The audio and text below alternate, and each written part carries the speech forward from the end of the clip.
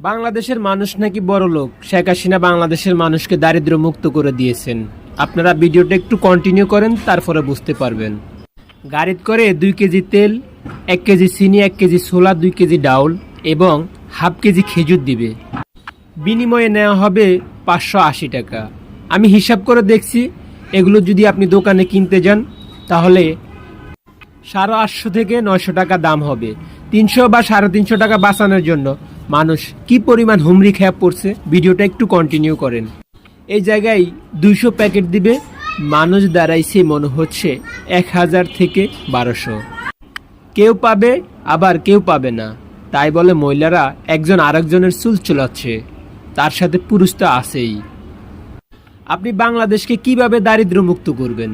বাংলাদেশে যে কোনো জিনিস 100 টাকার জিনিস 95 টাকা, 5 টাকা কমিয়ে দেন। ওই জিনিসটা নেওয়ার জন্য মানুষ সিরিয়াল দিয়ে থাকবে, প্রয়োজনে 500 টাকার বদলা মিস করবে, ওই জিনিসটা নেওয়া মিস করবে না। হায় রে বাঙালি, আল্লাহ রাস্তে পাইলে নেওয়ার জন্য তাদের থাকে না হুঁশ। হায় রে মানুষ।